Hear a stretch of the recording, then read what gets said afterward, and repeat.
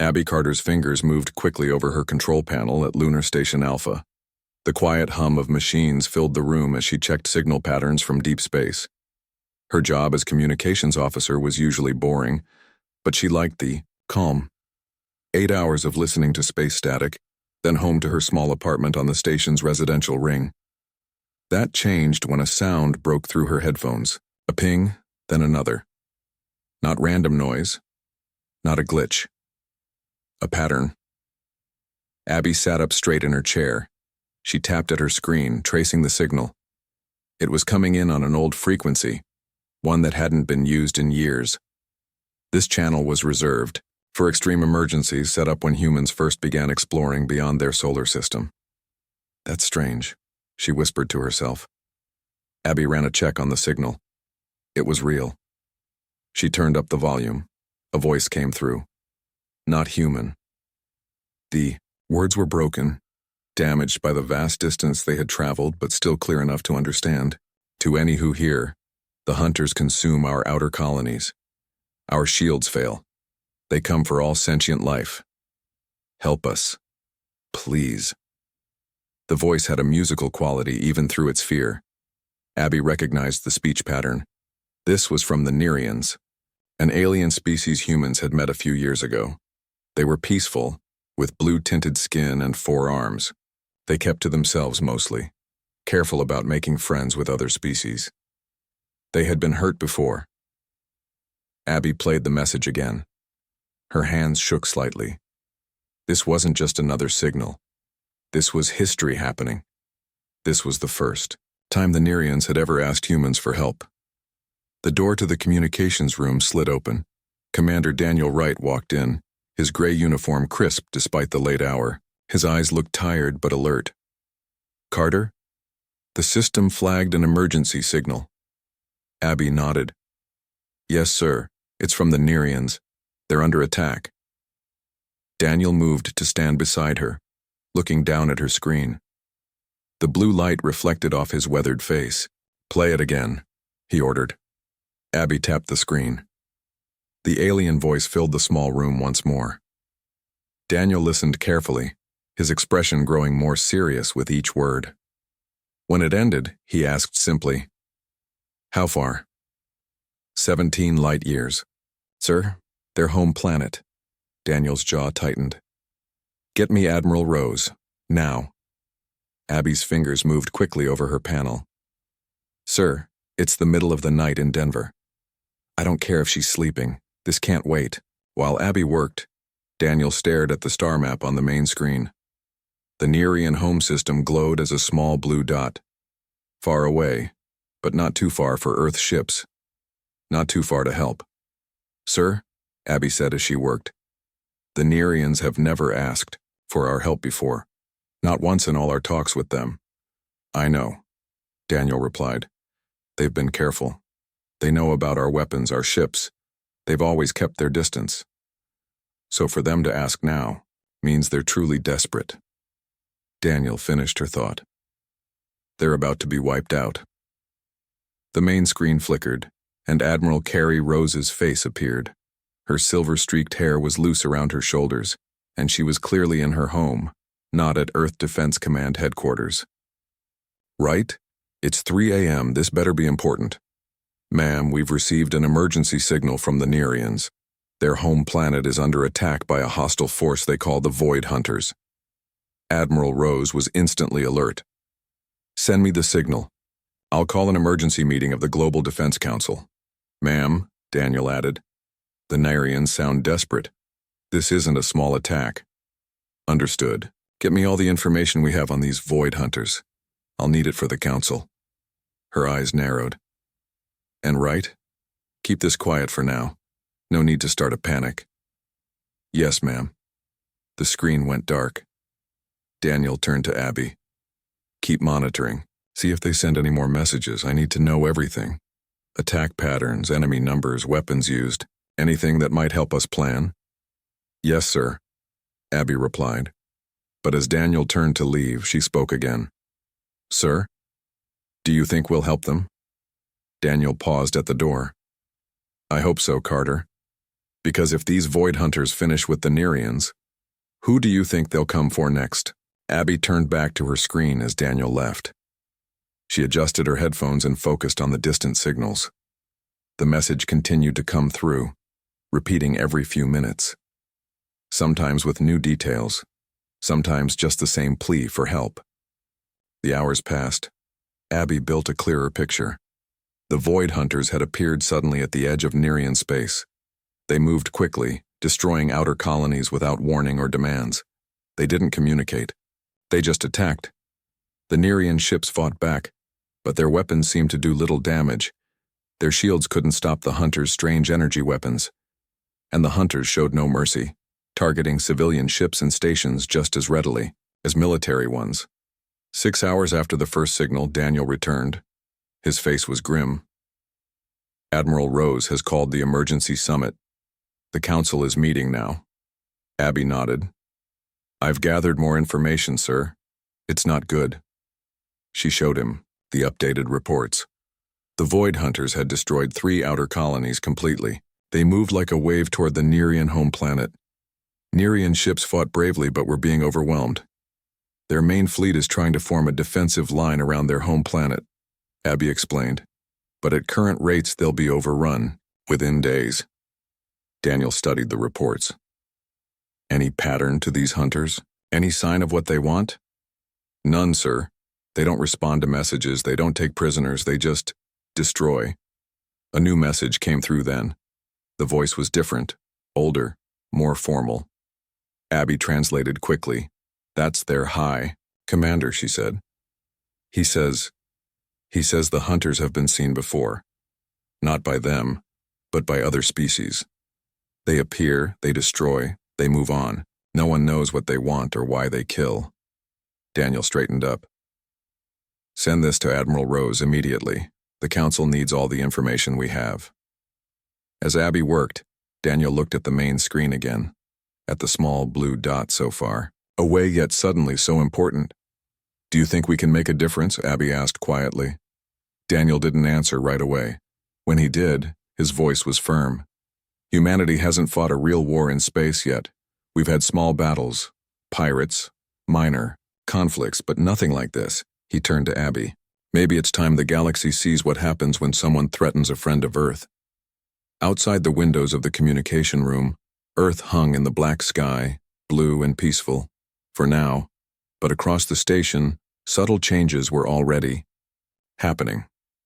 Security officers moved with more purpose. Supply ships were being redirected. Military personnel were being called to emergency meetings. Humanity was waking up, and soon it would bring fire to the stars. The emergency meeting room at Earth Defense Command in Denver was packed. Admiral Carrie Rose stood at the front, her back straight, her uniform perfect, despite being called from her bed just hours ago. On the large screen behind her, images from the Nerian distress signals played. The room was silent as the alien voice pleaded for help. When the message ended, Admiral Rose turned to face the 20 men and women of the Global Defense Council. These people represented every region of Earth. They were the ones who would decide if humanity would go to war. Ladies and gentlemen, Admiral Rose began, her voice clear and strong. What you just heard is real. The Nerian civilization is under attack by a force they call the Void Hunters. Their outer colonies have already fallen. Their home planet will be next. Counselor Peter Edwards from the African Union leaned forward. Admiral, we barely know these aliens. We've had what? 3 diplomatic meetings with them? 5, corrected Lieutenant Noah Winters from Intelligence Division. The young officer stood beside a display showing what little information Earth had on the Nerians. They're peaceful, advanced in medicine and science, but their weapons are mostly defensive. They've been careful with us because they've been hurt by other species before. So we just rush in? Asked Edwards. Risk our ships and people for aliens we barely know? Admiral Rose's eyes swept the room. What we know, she said firmly, is that these void hunters have now appeared in 3 different star systems. In each case, they left nothing alive. No negotiations, no prisoners, no survivors. She tapped her screen, and new images appeared. Destroyed planets, ruined space stations. The Nerians are simply next on their list, and after them, who knows? The room was quiet as everyone thought about what might happen if these hunters ever came to Earth's system. I need to know what resources we have available, Admiral Rose said, turning to Fleet Commander Greg Oliver. Oliver stood. The North. American fleet is ready, 38 ships. European Union can provide 29. Asian Alliance has 25 combat-ready vessels. Southern Coalition has 15, plus 10 more from independent nations.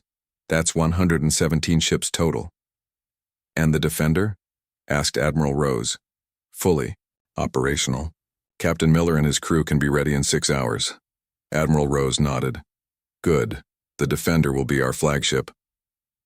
The USS Defender was Earth's newest and largest battlecruiser. It had never been tested in real combat. For the next 4 hours, the Council debated. Some wanted to send only a small force. Others worried about leaving Earth undefended. A few thought they should not get involved at all. Admiral Rose listened to all sides. Then she spoke again. I understand your concerns. But this isn't just about saving the Nerians, this is about drawing a line. Humanity has fought too hard to establish ourselves among the stars to allow a predator like this to hunt unchallenged. Her voice grew stronger. If we don't stop them now, we may face them later, alone. The vote was closer than she would have, liked 12-8 in favor of intervention. But it was enough. Operation Lighthouse was approved. The Earth Defense Fleet would go to war.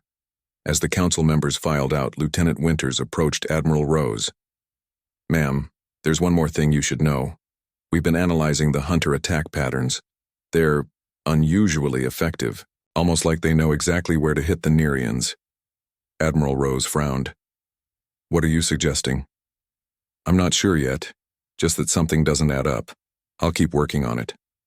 On the bridge of the USS Defender, docked at Earth's orbital station, Captain Edward Miller received his orders. At 45, Miller was one of Earth's most experienced space captains. He had gray at his temples and lines around his eyes from years of command. All ships report ready, sir, said First Officer Samantha Lewis. Jump calculations are complete. Miller nodded, looking at the holographic display showing all 117 ships in perfect formation. The Defender was at the center, flanked by cruisers with destroyers and smaller ships forming the outer rings. This will be humanity's first major battle beyond our solar system, Miller said quietly. Let's make sure we do it right. He opened a channel to the entire fleet. All ships, this is Captain Miller. In a few minutes, we will jump to Nerian space. We don't know exactly what we'll find there, but we know our mission, to protect the Nerian people and stop the Void Hunters. He paused, choosing his words carefully. Some of you may not come back, but history will remember that when a peaceful race called for help, humanity answered. Let's go save some aliens. The countdown began. On every ship, crews made final checks of weapons, shields, and engines. On the Defender, engineer Ben Foster inspected the ship's main cannon one last time. The massive weapon had never been fired outside of tests. Will it work? Asked his assistant, a young woman named Karen Wells. Ben patted the huge metal barrel. It'll work, and those hunters will learn not to mess with friends of Earth. In the medical bay, Dr. Susan Adams prepared for casualties. Her team set up beds and checked supplies. We don't even know if our medicine will work on Nerians. One medic worried. Then we'll figure it out, Susan replied firmly. That's what doctors do. Throughout the ship, 200 men and women prepared for battle. Some prayed, some looked at pictures of family, others checked their equipment again and again. In his private quarters, Captain Miller opened a small box on his desk. Inside was a medal, the Silver Star, awarded after a pirate attack 3 years ago. Beside it lay a photo of his wife Diane and their son Jack. I'll be home soon, he promised quietly, closing the box. On the bridge, the jump clock ticked down. First Officer, Lewis stood beside her captain, both watching the final seconds count away. All ships report ready for jump, she said. FTL drives charged. Miller nodded. Let's go. Across the fleet, powerful engines engaged. Space itself seemed to bend around the ships. There was a moment of strange stillness, and then the fleet was gone, leaving only empty space around Earth. 17 light-years away, the Nerians fought desperately to save their world. They had no way of knowing that help was coming, that 117 human ships were about to arrive, that the most aggressive, protective species they had ever encountered was bringing its full military might to bear. The Void Hunters had made a terrible mistake. They had threatened a friend of humanity, and humanity was coming with fire. The human fleet appeared at the edge of Nerian space in a flash of light. Captain Miller felt the usual brief sickness that came with faster-than-light travel. His vision cleared quickly. What he saw on the main screen made his stomach tighten. Again. "My God," whispered First Officer Lewis beside him. The Nerian system was a battlefield. The outer planets were already destroyed, nothing but fields of debris where colonies had once been. Closer to the Nerian homeworld, their ships fought desperately against the Void Hunters. The Nerian vessels were beautiful, curved like seashells, glowing with blue energy, but many were damaged or destroyed. The Hunter ships were their opposite in every way. They were all sharp angles and odd shapes. They seemed to absorb light rather than reflect it. They moved with perfect, machine-like precision. "Get me a direct line to the Nerian command," ordered Captain Miller, "and move us between those Hunter vessels and the planet." Communications Officer Alan Garcia worked quickly at his station. "Sir, I've got something. It's the Nerian High Commander." The main screen flickered. Then it showed a tall, thin alien with skin that shimmered like pearl. It had large eyes that reflected light like a cat's. Despite how strange it looked, the shock on its face was easy to read. "You came," the Nerian said in halting English. "We did not truly believe. High Commander, this is Captain Edward Miller of the Earth Defense Fleet. We received your distress call. Tell us where you need us." The Nerian seemed to collect itself. "Hunter vessels approach from 3 directions. Our fleet is at 30% strength. We cannot hold them much longer." Miller nodded. "Send us all the information you have on their weapons and defenses. We'll handle the rest." As the Nerian data came in, Lieutenant Kevin Anderson studied the enemy ships. "Sir, they don't seem to be reacting to our arrival." Miller looked at the IDER tactical display. It was true. The Hunter ships continued their attack on the Nerians, ignoring the human fleet completely. "They don't consider us a threat," Miller realized. "They've never encountered humans before. They don't know what we can do." He smiled grimly. "Let's show them. All ships target the nearest orbital platform, fire when ready." Throughout the human fleet, weapons powered up. The USS Defender's main cannon began to glow as it charged. "Target locked," reported Anderson. "Firing in 3, 2, 1. The Defender shuddered as its main cannon fired. A massive beam of energy shot across space. At the same time, the rest of the fleet fired their weapons. The nearest Hunter platform, a dark star-shaped structure orbiting a Nerian moon, was hit from all sides. For a moment, nothing happened. Then the platform broke apart, pieces flying in all directions as secondary explosions rippled through it. On the bridge, the crew cheered. Miller didn't join them. He was watching the tactical display, waiting for the Hunter's response. It came, quickly. Hunter ships began to break off from their attack on the Nerians. They turned toward the human fleet, moving with that same eerie precision. "They know we're here now," said Lewis. "Incoming weapons fire. Evasive maneuvers," ordered Miller. "Return fire. Focus on their main ships." The Defender rocked as Hunter weapons hit its shields. The energy readout dropped, but held. "Their weapons are strange," reported Anderson. "They're draining our shields. Directly, not just damaging them." Miller frowned. "Adjust shield frequencies. Don't let them lock on." The battle spread across the Nerian system. Human ships darted between Hunter vessels, firing constantly. The Nerian ships, given new hope by the human arrival, rejoined the fight with fresh energy. In the medical bay of the Defender, Dr. Susan Adams felt the ship shake from another hit. A moment later, The doors opened and injured crew members were brought in. Plasma burns, reported a medic, from a console explosion on Deck 4. Susan worked quickly, treating the burns. As she finished with one patient, a new group arrived, but these weren't human. 2 Nerians were carried in, their pearly skin now dull and injured. Their shuttle was hit, explained a security officer. We brought them aboard before it exploded. Susan stared at the aliens for just a second. Then her training took over. Get them on the beds. Let's see what we can do. She scanned the Nerians with her medical devices. Their blood has copper instead of iron. Heart rate is about twice ours, but the basic principles should be the same. As Susan treated the alien wounds, above her the battle raged on. The hunter ships were adapting quickly. At first surprised by human weapons, they now moved in complex patterns that made them harder to hit. 3 human destroyers were already heavily damaged. Miller studied the tactical display. They're learning our tactics. We need to change things. Up. He opened a channel to the fleet. All ships break into 3 battle groups.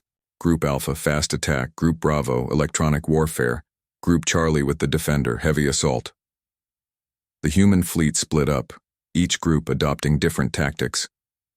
Battle Group Alpha, led by Captain Olivia Baker, used speed to hit the hunters and then retreat before they could respond. Battle Group Bravo deployed jamming signals that seemed to confuse the hunters, and Battle Group Charlie provided the heavy firepower, targeting the hunter command ships. The new approach worked. Hunter ships began to fall back, their perfect formation breaking up as they tried to deal with multiple threats, but the humans paid a price. The destroyer USS Valiant exploded in a flash of light after taking multiple direct hits. The cruiser Independence lost engine power and drifted helplessly until rescue ships could reach it. 6 hours into the battle, Miller finally had a moment to catch his breath. The initial fighting had settled into a series of smaller engagements throughout the system. Status report, he ordered. Lewis looked grim. We've lost 7 ships completely, 12 more with heavy damage. Casualty reports still coming in. And the hunters? We've destroyed about a third of their fleet. They've pulled back to regroup around their main command ship. Miller nodded slowly. And the Nerians? Their home world is safe for now. Their remaining ships have formed a defensive line with our Group Bravo. Miller looked at the main screen where the battle continued in distant flashes of light. This was just the beginning. The hunters were regrouping, not retreating. The real test was still to come. Get me Admiral Rose, he said. I need to update her on our situation. As the communication system connected to Earth, Miller straightened his uniform. Humanity had shown it could fight, but winning this war would take more than just courage. It would take everything they had. 12 hours into the battle, Captain Miller stood on the bridge of the Defender, his uniform wrinkled and stained with sweat. He hadn't slept since the fleet arrived in Nerian space. None of the bridge crew had. The hunters are changing their tactics again, said Lieutenant Anderson, his voice rough with exhaustion. They're abandoning their organized approach. They're becoming more chaotic. Miller watched the tactical display. Anderson was right. The hunter ships now moved in unpredictable patterns, making them harder to target. 3 more human ships, the destroyers Vanguard, Resolute, and Dauntless, showed critical damage on the display. They're learning, First Officer Lewis said softly. They're adapting to fight us specifically. Miller nodded. The hunters were intelligent enemies. When their orderly, machine-like approach failed against the humans, they switched to something else, something that worked better against human tactics. But so are we, Miller replied. He studied the battle data coming in from all 3 battle groups. Look here. He pointed to an area where Battle Group Bravo had success. Commander Hayes is using electronic warfare. It seems to confuse their targeting systems. And here, Lewis added, pointing to another area. Captain Baker's fast attack ships are doing damage when they hit and run. Miller made a decision. Send new orders to all battle groups. Mix up the tactics. I want every ship to be unpredictable, and focus fire on their command ships. As the orders went out, the medical bay doors slid open. Dr. Susan Adams entered the bridge, looking as tired as everyone else. "Doctor," Miller greeted her. "How are our people?" "Stable for now. We've lost 17 crew members, another 30 with serious injuries." She hesitated. "The Nerians we rescued are recovering well. Their medical officer is helping us understand their needs." Miller raised an eyebrow. "Their medical officer?" Susan nodded. "One of the Nerians we saved is their equivalent of a doctor. He's been invaluable. Their biology is different from ours, but the basics of trauma care are similar." "Good work, Doctor." Miller turned back to the tactical display. "Get some rest if you can. I have a feeling we'll need you again soon." As Susan left, Miller received a new transmission. It was from the Nerian High Commander. "Captain Miller," the alien's voice came through clearly now. "We have identified the Hunter command ship. It controls all others. If it falls, the rest may become disorganized." Miller looked at the tactical data. The Nerians had marked a large asymmetrical vessel at the center of the Hunter formation. It was heavily protected by smaller ships. "Thank you, High Commander. We'll focus our efforts there." Miller turned to Lewis. "Get me Captain Baker and Commander Hayes. We need to coordinate an assault on that command ship." The three human commanders quickly developed a plan. Battle Group Alpha would draw away the Hunter defensive ships with quick attacks.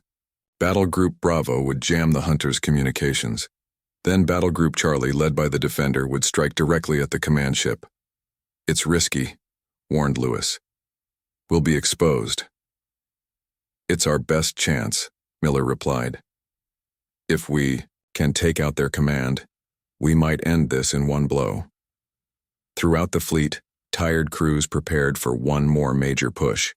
Engineers repaired what damage they could. Weapons officers checked their systems. Pilots ran quick simulations of the new attack plan. On the Defender, engineer Ben Foster worked frantically to boost the main cannon's power. "We'll only get one shot at their command ship," he told his team. "It has to count."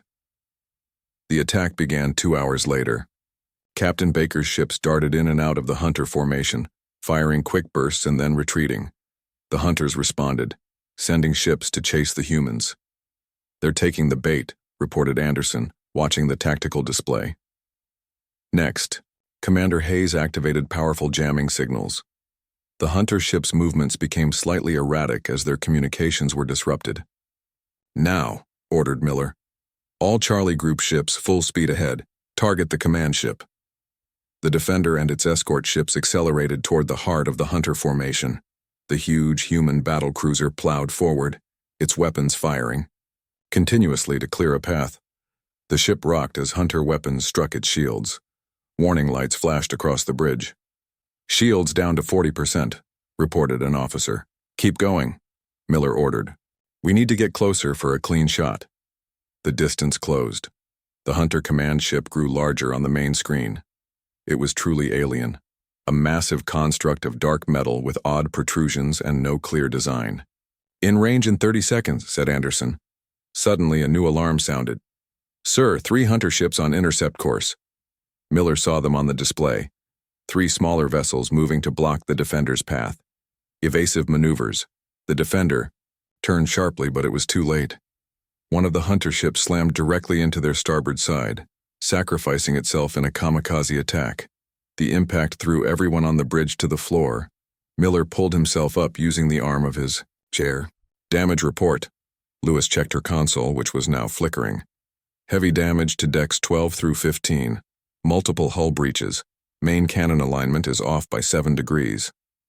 "That's too much," said Anderson. "We can't hit the command ship accurately." Miller stared at the tactical display.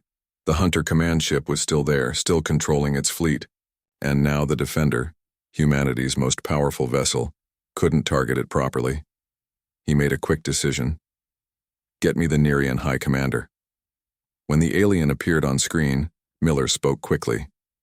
"High Commander, our main weapon is damaged. We need your help.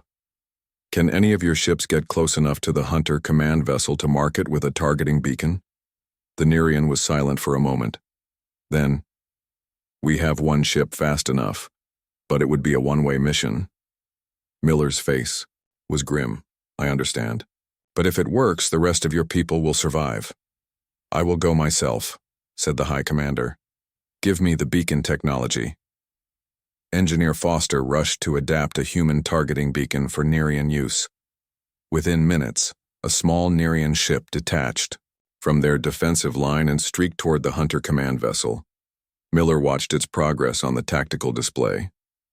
The tiny ship dodged Hunter fire with incredible agility. The Nerian High Commander was clearly a skilled pilot. The beacon is active, reported Anderson. Getting signal now. On the screen, they saw the Nerian ship take heavy damage as it approached the Hunter command vessel, but it completed its mission, attaching the beacon before it was destroyed in a flash of light. We have a lock, said Anderson. The targeting computer is compensating for the cannon misalignment. Miller took a deep breath. Fire. The Defender shuddered as its main cannon fired. The powerful beam struck the Hunter command ship directly at its center. For a moment, nothing happened. Then the alien vessel began to break apart, secondary explosions rippling through its strange structure. Direct hit, shouted Anderson. The command ship is destroyed. The effect on the remaining Hunter vessels was immediate and startling. Some simply stopped moving. Others began firing randomly, even at each other. Without the command ship, they seemed to lose all coordination. They were networked, Lewis realized. The command ship was controlling them all. Miller opened a channel to the entire fleet. All ships target the remaining Hunter vessels, don't let any escape. The tide of battle had turned. With the Hunters in disarray, the combined human and Nerian fleets quickly gained the upper hand. Ship after ship was destroyed or disabled. 4 hours later, it was over. The last Hunter vessel had been neutralized. The Nerian system was secure. Miller looked around the damaged bridge of the Defender. His crew was exhausted but triumphant. They had faced an unknown enemy and won. Humanity had proven itself as a force in the galaxy, but the victory came at a cost. 17 human ships destroyed, thousands of lives lost, and the Nerians had suffered far worse. Their outer colonies gone, millions dead. Miller opened a channel to Earth. It was time to tell Admiral Rose that the battle was won. But, as he prepared his report, he couldn't help but wonder, was this truly the end of the Void Hunters, or just the beginning of something bigger? 3 days after the battle, the USS Defender docked at the Nerian orbital station. The great ship was badly damaged. Large sections of its hull were blackened or torn open. Repair crews worked constantly, both inside and outside the vessel. Captain Miller stood in the Defender's observation room looking out at the Nerian homeworld. It was beautiful, mostly blue oceans with scattered green continents. It reminded him of Earth, though the colors were slightly different. He thought about how close this world had come to destruction. The door slid open behind him. First Officer Lewis entered carrying a data pad. Final casualty report, sir, she said quietly. Miller took the pad but didn't look at it right away. He already knew the numbers were bad. How's the crew? Tired, mourning our losses, but proud of what we accomplished. Lewis paused. The memorial. Service is scheduled for 1,800 hours. Miller nodded. They would honor those who didn't make it home. 21 human ships destroyed. Over 3,000 personnel lost. The victory had come at a terrible price. And the Nerians, he asked. Much worse, Lewis replied. Their outer colonies were completely destroyed. Their fleet is down to about 20% of its original strength. Millions of civilians dead. She hesitated, but their homeworld survived. Their species will continue. A gentle chime sounded. Captain, said the ship's computer, the Nerian acting High Commander requests to come aboard. Permission granted, Miller replied. I'll meet him in the diplomatic conference room. 30 minutes later, Miller sat across from the new Nerian leader. This alien was older than the previous High Commander, with paler skin and eyes that seemed to hold deep sadness. Your predecessor died bravely, Miller said. His sacrifice saved your world. The acting High Commander made a gesture with his 4 arms that Miller had learned was a sign of respect. He will be remembered in our history forever, as will the humans who died for a people not their own. Miller nodded. We answered your call because it was the right thing to do, but also because we understood the threat. If the hunters had finished with your world, they might have eventually found Earth. You are wise to see this, said the Nerian. The hunters are not gone forever. They will return. Perhaps not soon, but they will. They always have. Miller leaned forward. What do you mean, always have? The Nerian's eyes seemed to look far away. There are old stories, very old, passed down from species to species across the galaxy. The hunters appear, destroy, then vanish for generations. Some believe they are machines left by an ancient race. Others think they come from beyond our galaxy. No one knows for certain. Then we need to be ready when they return, Miller said firmly. Not just humans, not just Nerians, all of us. The Nerian studied him. You propose an alliance? I propose more than that, Miller replied. A mutual defense pact, shared technology, joint training. We protect each other. The acting high commander was silent for a long moment. Then he said, Before your fleet came, many of my people feared humans. They saw your weapons, your ships, your rapid expansion among the stars. They feared you might become like the hunters someday. Miller waited, saying nothing. Now they see differently, the Nerian continued. When we called, you came, with fire. But you brought that fire to protect, not to destroy. This is a kind of strength we had not considered. The alien extended one of his 4 hands. We will join with you, Captain Miller. We will prepare together. Miller shook the offered hand. It was cooler than a human hand, and smoother, but the gesture meant the same thing to both species. A new beginning. Later that day, Miller attended the memorial service in the Defender's large assembly hall. Crew members filled the room. At the front stood 21 small pedestals, each bearing the insignia of a lost ship. Miller spoke briefly, honoring the dead. Then First Officer Lewis read the names. It took a long time. Each name represented a person who would never go home, never see their family again. The room was silent except for her voice and occasional quiet weeping. When it was over, Miller returned to the bridge. Repair crews were finishing their work there. New panels had been installed. Fresh paint covered damaged sections, but it would take weeks in Earth's orbital shipyards to fully restore the Defender. Captain called communications. Officer Garcia. Incoming transmission from Admiral Rose. The main screen lit up, showing the Admiral in her office at Earth Defense Command. Captain Miller, she greeted him. I've reviewed your reports. The President and the Global Defense Council send their congratulations on your victory. Thank you, Admiral. But the cost was high. Yes, it was, she agreed, her face solemn. However, your actions may have saved not just the Nerians, but humanity as well. Intelligence analysis suggests the hunters would eventually have found Earth. Miller nodded. The Nerians believe they will return someday. They have stories about the hunters appearing throughout galactic history. Then we'll be ready, said Admiral Rose firmly. The Council has approved your recommendation for a mutual defense pact with the Nerians, and not just with them. We're reaching out to other species as well. A galactic alliance, Miller said. Exactly. The hunters made a critical mistake, Captain. They gave the civilizations of this galaxy a common enemy, a reason to work together. Her eyes were determined. We'll be stronger when they return. All of us. After the transmission ended, Miller walked slowly around the bridge. He stopped, at each station, speaking briefly with each crew member. They had been through hell together. They deserved his time, his words of thanks. When he reached the main viewport, he paused, looking out at the stars. Somewhere out there, the hunters might be regrouping, or sleeping, or building new ships. But they would return, and when they did, they would find a very different galaxy waiting for them.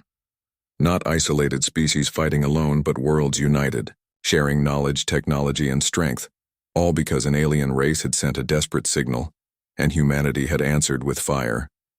Miller smiled slightly. The hunters had indeed made a terrible mistake. They had awakened something they couldn't possibly understand, the human instinct to protect. And that instinct, it seemed, was now spreading to the stars. He turned back to the bridge. "First Officer Lewis, set course for Earth. Let's go home." The Defender's engines hummed to life. The great ship moved away from the Nerian station, turned, and accelerated toward the jump point that would take them back to their own system. Behind them, the Nerian homeworld gleamed in the light of its sun.